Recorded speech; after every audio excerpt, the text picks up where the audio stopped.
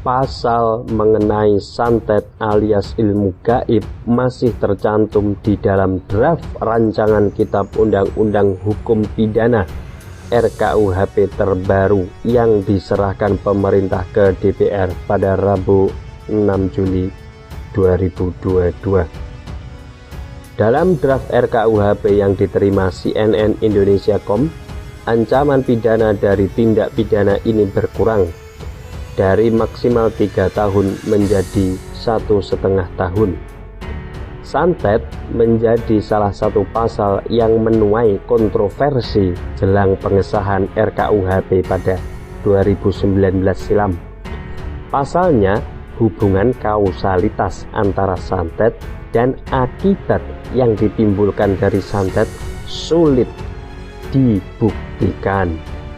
Kini, santet masih diatur di pasal 252 draft RKUHP terbaru. Pasal tersebut tetap memuat 2 ayat.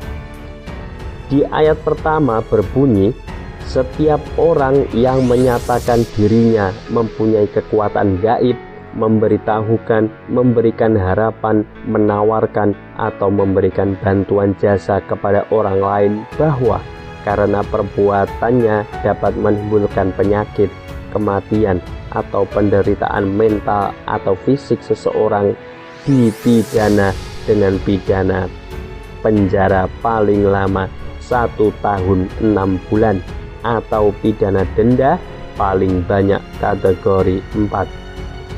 Kemudian di ayat kedua berbunyi, jika setiap orang sebagaimana dimaksud pada ayat 1 melakukan perbuatan tersebut untuk mencari keuntungan atau menjadikan sebagai mata pencaharian atau kebiasaan, pidananya dapat ditambah 1/3.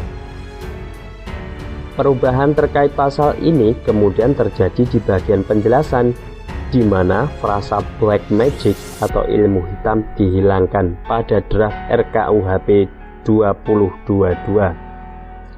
Penjelasan pasal 252 di draft RKUHP 2022 kini berbunyi, ketentuan ini dimaksudkan untuk mencegah praktik main hakim sendiri yang dilakukan oleh warga masyarakat terhadap seseorang yang mengatakan dirinya mempunyai kekuatan gaib dan mampu melakukan perbuatan yang dapat menimbulkan penderitaan bagi orang lain. Pemerintah telah resmi menyerahkan draft rancangan Undang-Undang Pemasyarakatan atau RUU PAS dan rancangan Kitab Undang-Undang Hukum RKUHP ke DPR.